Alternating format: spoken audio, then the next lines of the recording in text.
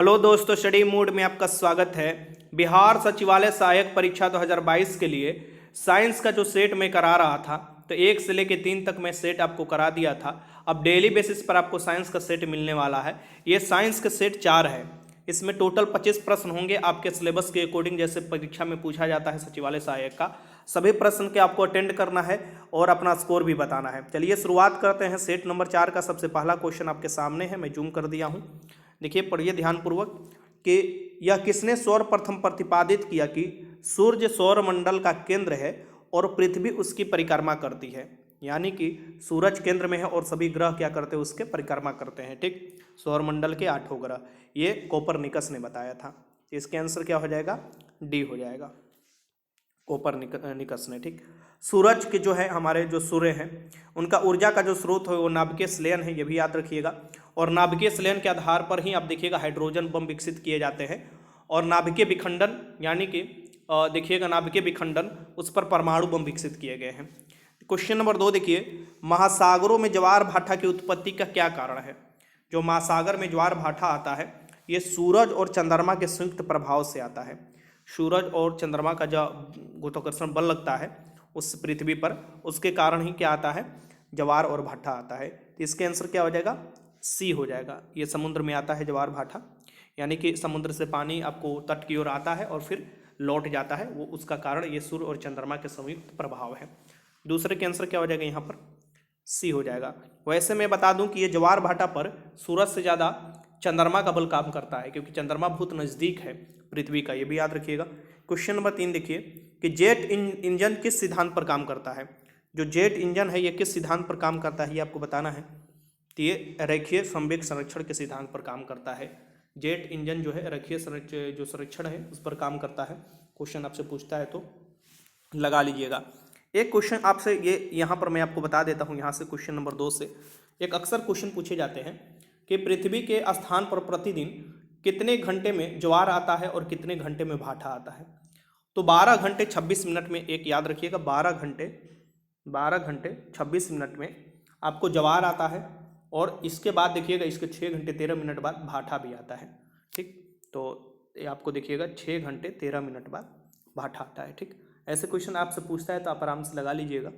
चलिए आगे देखते हैं। ये जो क्वेश्चन देख रहे थे, जेट इंजन किस सिद्धांत पर काम करता है? तो ये रेखीय, आपको देखिएगा संवेग संरक्षण के सिद्धांत पर जेट इंजन काम करता है। ठीक, और आपको देखिएगा कि इसमें से बनने वाले क्वेश्चन ये होता है कि जो इसमें से आपको पीछे की तरफ धुआं निकलती है, एनर्जी जो निकलता है, फिर रॉकेट को ऊपर की तरफ ये पुश करता है, यानी कि ऊपर तरफ ढकेलता है। ठीक, मतलब कि इसका आंसर क्या हो जाएगा? सी हो जाएगा। क्वेश्चन नंबर 4, यदि पृथ्वी की गुरुत्वीय बल अचानक लुप्त हो जाए तो निम्नलिखित में से कथन होगा। यानी कि अगर पृथ्वी पर गुरुत्वीय जो बल लगाता है पृथ्वी वो लुप्त हो जाए तो क्या होगा, इसमें से पढ़कर आपको बताना है। पढ़िए ध्यानपूर्वक और बताइए। तो ये हो जाएगा कि वस्तु का भार क्या हो जाएगा? शून्य हो जाएगा, क्योंकि जी जब शून्य हो जाएगा तो ओबीसी सी बात है, भार भी शून्य हो जाएगा। ठीक, क्योंकि भार किसे बोला जाता है? एमजी को ही तो भार बोला जाता है, और जी जब शून्य हो ही जाएगा तो आपको देखिएगा भार शून्य हो जाएगा। लेकिन आपको द्रव्यमान शून्य नहीं होगा। द्रव्यमान कहीं भी किसी भी वस्तु का शून्य नहीं होता है, ये याद रखिए कि द्रव्यमान नहीं शून्य होगा, भार शून्य हो जाएगा। भार बदलता है, अलग अलग ग्रहों पर जाइएगा, अलग अलग स्थानों पर जाइएगा तो 4 के आंसर क्या हो जाएगा? यहाँ पर ये हो जाएगा। क्वेश्चन नंबर 5 देखिए, ये सूची को मिलान करना है आपको। ये सूची दिया है, सूची 1 और सूची आपको सेकेंड दिया है। यहाँ पर ये सेकेंड है और ये सूची 1 है। अब इसको मिलान करना है, ध्यानपूर्वक देखते रहिए, मैं आपको मिलान कर बता रहा हूँ। ऐसे अपने मन में सोच लीजिएगा। नीचे आंसर दिया हुआ है, यहाँ पर देख सकते हैं कि ये कूट का मिलान करना है, लेकिन मैं इसे जूम किया हूँ तो थोड़ा इसे ध्यानपूर्वक अपने से मिलान कीजिएगा। ठीक, जैसे कि मैनोमीटर क्या करता है? तो ये दाब से संबंधित है, तो ये गैस के दाब को मापता है, ये गैस के दाब को मापता है। तो ये आपको ए का हो गया 2। फिर आता है ये आपको देखिए फोटोमीटर लिखा हुआ है, तो ये फोटो नहीं होगा, फोटोमीटर होगा। और ये क्या करता है? समुद्र की गहराई को मापता है, यानी कि बी का हो जाएगा फर्स्ट। अब आता है क्रायोमीटर। क्रायोमीटर किसको मापता है? ये निम्न ताप को मापता है, और पायरोमीटर से अधिक ताप को मापा जाता है, तो ये हो जाएगा। और गैस का घनत्व डेजीमीटर से मापा जाता है। ठीक ठीक, ये हो जाएगा। तो ऐसे कर अगर ऑप्शन हम देखें तो ए का 2 था, बी का 1 था, ये आप ऑप्शन ए ही में आपको निकल कर आंसर आ जाएगा। आगे देखिए क्वेश्चन देखिए, क्वेश्चन 6 देखिए, निम्नलिखित में से किस विद्युत चुंबकीय तरंग तरंगधर अधिकतम होता है। सो किस विद्युत चुम्बकीय तरंग का तरंगधर जो होता है अधिकतम होता है? तो इंफ्रारेड का होता है और रक्त का और रक्त किरण का। ठीक, तो इसका आंसर हो जाएगा बी। पराबैंगनी किरण जो है ये सूरज की हानिकारक किरण है और इससे हमारा ओजोन जो है, ओजोन का फॉर्मूला O3 होता है, समताप मंडल में ये मिलता है, ये रक्षा करता है किससे? पराबैंगनी किरण से। क्वेश्चन 7 देखिए, ध्वनि स्वर की पिच निर्भर करती है। सो जो ध्वनि स्वर का पिच है ये निर्भर करता है, किस पर निर्भर करता है ये आपको बताना है। ये आवृत्ति पर निर्भर करता है। आप देखे होंगे कि शेर से ज़्यादा मच्छर का आवाज़ जो होता है वो ज़्यादा खतरनाक होता है, मतलब ज़्यादा प्रभाव डालता है। शेर से ज़्यादा मच्छर का आप देखिएगा आवाज़ ज़्यादा प्रभाव डालता है। इसका आंसर क्या हो जाएगा? ये आवृत्ति पर होता है। और जो पिच होता है कि कोई ऊंचा बोलता है और किसी का देखिएगा आवाज़ होता है पतला होता है, किसी का मोटा होता है, तो इसी पर पिच आपको निर्भर जो होता है। ठीक, तो वो आवृत्ति पर करता है। तार तत्व भी यही आपको आवृत्ति पर निर्भर करता है। 7 का आंसर क्या हो जाएगा? यहाँ पर बी हो जाएगा। क्वेश्चन आगे देखिए, क्वेश्चन नंबर 8 देखिए, घरेलू विद्युत तार स्थापन यानी कि डोमेस्टिक इलेक्ट्रिक वायरिंग जब किया जाता है, घर में जब वायरिंग होता है वो किस श्रेणी में होता है ये आपको बताना है। समानांतर श्रेणी होता है या श्रेणी संबंध होता है ये आपको बताना है। तो ये आपको किसके अंतर्गत जोड़ा जाता है? तो ये होता है आपका समानांतर संबंध में। क्या होता है? समानांतर। श्रेणी संबंध में नहीं होता है, समानांतर संबंध में होता है। ठीक, ये याद रखिएगा। समानांतर संबंध में क्या होता है कि जो प्रतिरोध होता है समान जाता है। और ये इसके आंसर क्या हो जाएगा? बी होगा। क्वेश्चन नंबर 9 देखिए, निम्न में से युक्ति विद्युत ऊर्जा को यांत्रिक ऊर्जा में बदलती है। ये आपको बताना है जो विद्युत ऊर्जा को यांत्रिक ऊर्जा, जैसे यांत्रिक ऊर्जा को विद्युत ऊर्जा में तो डायनेमो हो गया, ठीक, ये सब बदलता है। लेकिन विद्युत ऊर्जा को यांत्रिक ऊर्जा में जो बदलता है इसका बताना है। इधर ऑप्शन दिया हुआ है, तो ये ऑप्शन देख लीजिए, ये मोटर हो जाएगा। इलेक्ट्रिक मोटर जो होता है ये बदलता है। ठीक, विद्युत ऊर्जा को यांत्रिक ऊर्जा में। इसका आंसर क्या हो जाएगा? डी। ट्रांसफार्मर जो है ना, ये एसी जो है मतलब करंट को उच्चता निचता आपको निर्धारित करता है। ठीक, ये याद रखिएगा। डायनेमो तो पता ही आपको, यांत्रिक ऊर्जा को विद्युत ऊर्जा में बदलता है। क्वेश्चन नंबर 10, गन मेटल किसकी मिश्र धातु है? जो गन मेटल है ये किसकी मिश्र धातु है ये आपको बताना है। तो गन मेटल में कॉपर होता है, टीन होता है और जास्ता होता है, यानी कि जिंक होता है। तांबा, टीन, जिंक। इसको इंग्लिश में अगर दे तो कॉपर देगा Cu, टीन के लिए Sn होता है और आपको जिंक के लिए तो Zn होता है। तो ऐसे कर कर आपको देगा, आराम से लगा लीजिएगा। इसका आंसर क्या हो जाएगा? डी हो जाएगा। एक क्वेश्चन पूछता है कि जर्मन सिल्वर में क्या होता है। सो जर्मन सिल्वर में जो होते हैं उसमें कॉपर होता है, सिल्वर नहीं होता, ये बात ध्यान में रखिएगा, उसका नाम है German silver. German silver, copper होता है इसमें, फिर आपको जिंक होता है और फिर निकेल होता है। ठीक, क्वेश्चन नंबर 11 देखिए, उन शराब त्रासदियों में जिनके परिणाम स्वरूप अंधता आदि होती है हानिकारक पदार्थ है। ये जो देखते होंगे न्यूज़पेपर में कहीं कहीं निकलता है कि जहरीले शराब पीने से इतने लोग मारे गए या इतने लोग अंधा हो गए। ठीक, तो अगर ज़्यादा प्रभाव होता है ना तो मर जाते हैं लोग, लेकिन अगर कम प्रभाव होता है तो सीधे आँख खत्म करता है और बॉडी का और भी पार्ट काम करना बंद कर देता है। ये कौन सा होता है? तो ये होता है आपको देखिएगा मेथिल एल्कोहल। क्योंकि एथिल अल्कोहल तो दारू के रूप में इस्तेमाल लोग कर लेते हैं, लेकिन मेथिल एल्कोहल एक रूप से इसे ही बोला जाता है जहर वाला शराब। आप मतलब सुने होंगे न्यूज़पेपर ऊपर में जहरीली शराब, तो इसे ही बोला जाता है। इसके आंसर क्या हो जाएगा? डी हो जाएगा। क्वेश्चन नंबर 12 देखिए, भारी जल एक प्रकार का है। जो भारी जल है ये क्या है? एक प्रकार का। देखिए आंसर तो देख ही लिए, तो ये मंदक है। भारी जल का फॉर्मूला होता है D2O, ड्यूटेरियम की ऑक्साइड होता है ये भारी जल। और जो साधारण जल है उसके 5000 गुना में 1 भाग होता है ये भारी जल। ठीक, नाभिकीय रिएक्टर में इसको इस्तेमाल किया जाता है।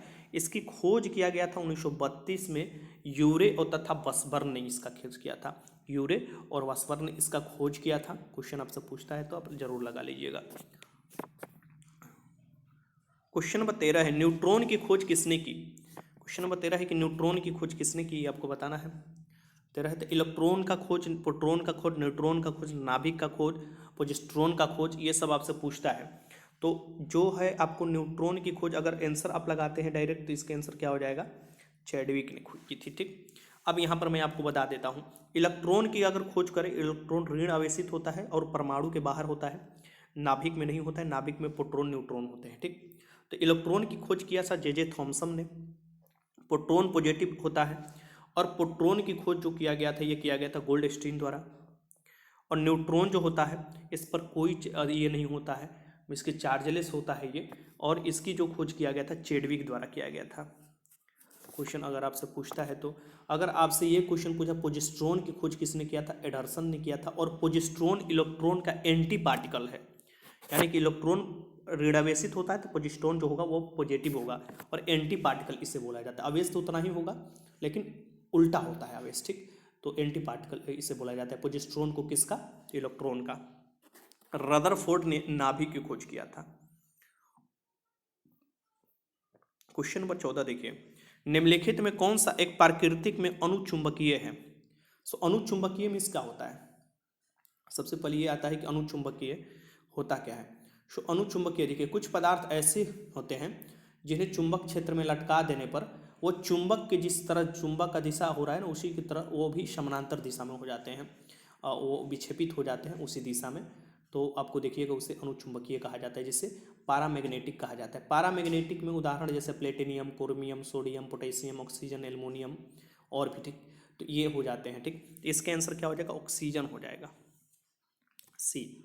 हमारी वायुमंडल में ऑक्सीजन लगभग 21% है, ये भी याद रखिए। पूरे यूनिवर्स में सबसे अधिक हाइड्रोजन है और तारा में भी सबसे अधिक हाइड्रोजन ही मिलता है, ये भी याद रखिएगा। नाइट्रोजन तो हमारे वायुमंडल में देखिएगा 78% के करीब है। क्वेश्चन नंबर 15, निम्नलिखित में कौन सी धातु बिजली की सबसे अधिक सुचालक है। सो बिजली की सबसे अधिक सुचालक धातु का आपको नाम बताना है, इसमें से कौन होगा। तो ये हो जाता है अपना चांदी, जिसे सिल्वर बोला जाता है। यहाँ पर क्या हो, चांदी कहाँ पर है, हाँ यहाँ पर बी। लेकिन तांबा का इस्तेमाल देखिएगा किया जाता है चांदी की जगह पर, क्योंकि तांबा बहुत बात मतलब में उपलब्ध भी है और तांबा सस्ता भी पड़ता है, और ये भी चांदी के बाद दूसरे में आता है अधिक सुचालक में तांबा, ठीक। ऐसे देखिएगा तड़िक चालक में तांबा का ही इस्तेमाल किया जाता है। तो सोना का देखिएगा, ये सोना जो है ये आपको आघातवर्धनीय है, शुद्ध रूप में ये मिलता है।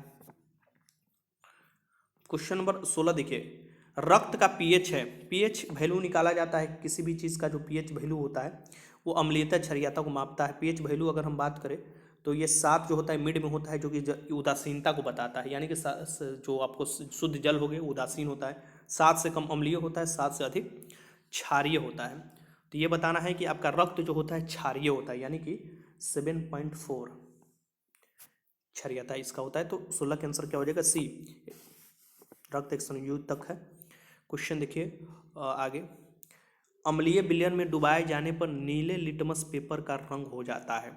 सो अगर अम्लीय विलयन में डुबाया जाता है तो नीला जो हो जाता है, नीला लिटमस पत्र वो लाल हो जाता है। तो वो अम्ल में होता है, आपको पता होना चाहिए, तो लाल हो जाता है। अम्लीय क्या करता है, नीला लिटमस पत्र को लाल कर देता है, और क्षार क्या करता है, लाल लिटमस पत्र को नीला कर देता है। ये लिटमस पत्र किससे बनाए जाते हैं, तो लाइकेन से बनाए जाते हैं, ये भी याद रखिएगा। तो इसका आंसर क्या हो जाएगा, ए हो जाएगा। क्वेश्चन 18 देखिए, मिलान करने वाला क्वेश्चन है और अच्छे से मिलान कीजिए, क्वेश्चन गलत नहीं होना चाहिए आपसे।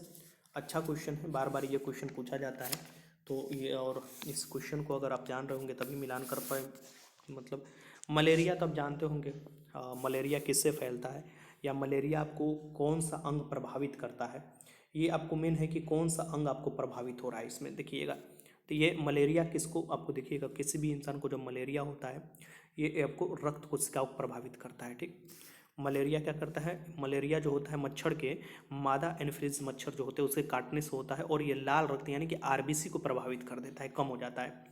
फाइलेरिया क्या करता है, तो ये लसिका ग्रंथि को प्रभावित करता है। एंसेफ्लाइटिस तो आप जानते ही हैं, एंसेफ्लाइटिस क्या करता है, तो ये एंसेफ्लाइटिस किसको प्रभावित करता है ये आपको बताना है, ठीक। तो ये करता है मस्तिष्क को प्रभावित।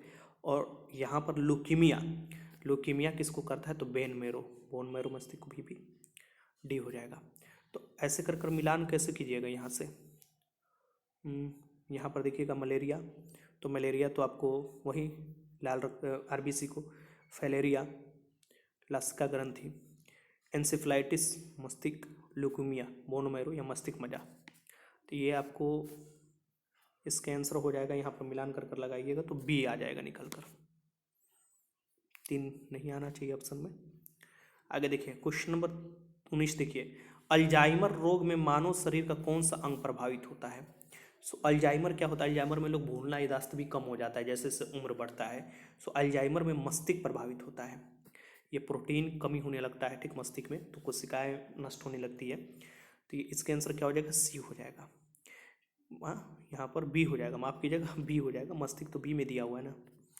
आगे देखिए क्वेश्चन नंबर 20, शरीर में उत्तकों का निर्माण होता है।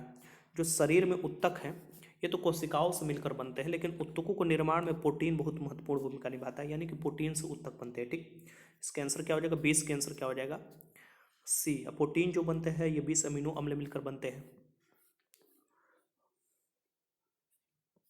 क्वेश्चन नंबर 21, जब एक साबुन के बुलबुले को अवेशित, यहाँ पर अवेशित होगा, किया जाता है तो, जब एक साबुन के बुलबुले को अवेशित किया जाता है तो इसका क्या होगा? त्रिज्या बढ़ जाती है, त्रिज्या बढ़ जाती है। और देखिएगा पृष्ठीय तनाव कम हो जाता है जब कोई भी साबुन उबुन मिलाते हैं आप पानी में तो, और फिर बुलबुला उठने लगता है। 21 का आंसर क्या हो जाएगा? ए हो जाएगा। त्रिज्या कम नहीं बढ़ जाती है, आप कीजिएगा त्रिज्या बढ़ जाती है। जब अवेशित करेंगे तो बेसिस सी बात है, त्रिज्या क्या होगा? बढ़ जाएगा।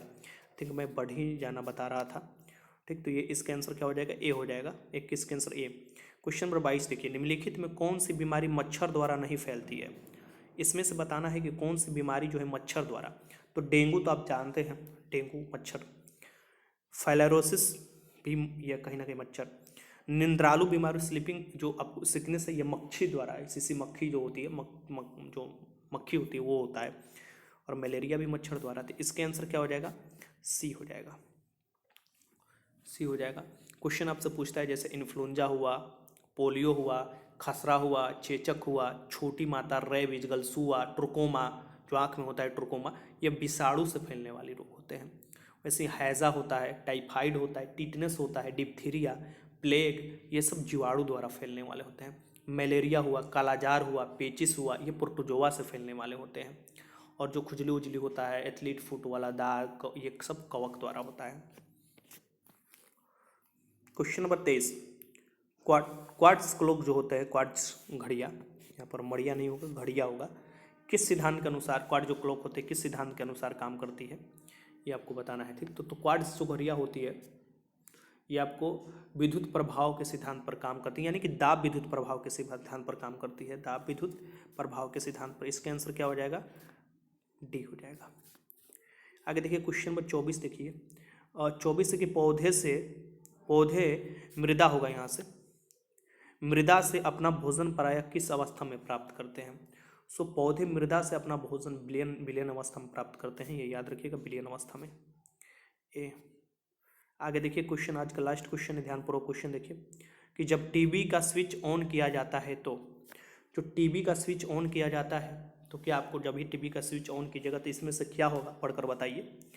तो देखिए टीवी का स्विच ऑन करेंगे ना तो ध्वनि बाद में सुनाई देता है, पहले आपको प्रकाश दिखाई देने लगता है। सो यहाँ पर क्या होगा कि तुरंत शुरू हो जाता है, दृश्य तुरंत शुरू हो जाता है, लेकिन ध्वनि बाद में सुनाई देता है, क्योंकि ध्वनि प्रकाश की अपेक्षा कम वेग से चलती है। यहाँ पर कहने का इसका क्या मतलब है, ठीक। तो ध्वनि तो 232 ही चलती है ना मीटर प्रति सेकेंड, लेकिन प्रकाश कैसे चलता है? तो 3 × 10⁸ मीटर प्रति सेकंड। तो किसका इसमें चाल सबसे अधिक हुआ? तो कौन सबसे पहले दिखाई देगा? ऑब्वियस सी बात है, प्रकाश दिखाई देगा। ऊपर से ध्वनि तो निर्वात में भी गमन नहीं कर सकती, लेकिन प्रकाश कर सकता है। ध्वनि जो है ना ये अनुदैर्ध्य तरंग है, अनुप्रस्थ तरंग कौन है? प्रकाश है। प्रकाश को कोई माध्यम की जरूरत नहीं पड़ती है। अब यहाँ पर क्या होता है, इसका आंसर बी हो जाएगा। वैसे आप देखिएगा जब बिजली चमकता है तो आवाज़ जो होता है बाद में सुनाई देता है, और बिजली पहले ही चमकना दिखाई देता है। क्यों? क्योंकि प्रकाश का चाल अधिक होता है, वो पहले ही दिखाई दे देगा, लेकिन आपको ध्वनि बाद में सुनाई देगा क्योंकि उसका कम होता है। तो इसका आंसर भी यही हो जाएगा। टीवी जब खोलते हैं तो टीवी पहले मतलब कि प्रकाश दिखाई देने लगता है टीवी से, और आपको ध्वनि बाद में। टीवी में देखिएगा आपको जो रंगीन टीवी होती है उसमें प्राइमरी रंग का उपयोग किया जाता है, लाल नीला हरा का प्रयोग किया जाता है, उसे प्राइमरी रंग बोला जाता है, प्राइमरी कलर। तो ये टोटल 25 क्वेश्चन मैंने कराया। इस 25 क्वेश्चन में आपने टोटल कितने क्वेश्चन सही किया, ईमानदारी पूर्वक बताइएगा। कोई क्वेश्चन में डाउट है तो कमेंट बॉक्स में लिख सकते हैं। देखिए अभी तबीयत थोड़ा ख़राब चल रहा है, इसलिए जो जीके वाला है वीडियो मैं आपको कल देने वाला हूँ, और ये साइंस का भी डेली वीडियो अब मिलने लगेगा क्योंकि बहुत कम समय बचा हुआ है। मेरी तरफ से पूरा कोशिश होगा आप लोग अच्छा रिविजन करा दूँ। वीडियो देखने का बहुत बहुत धन्यवाद।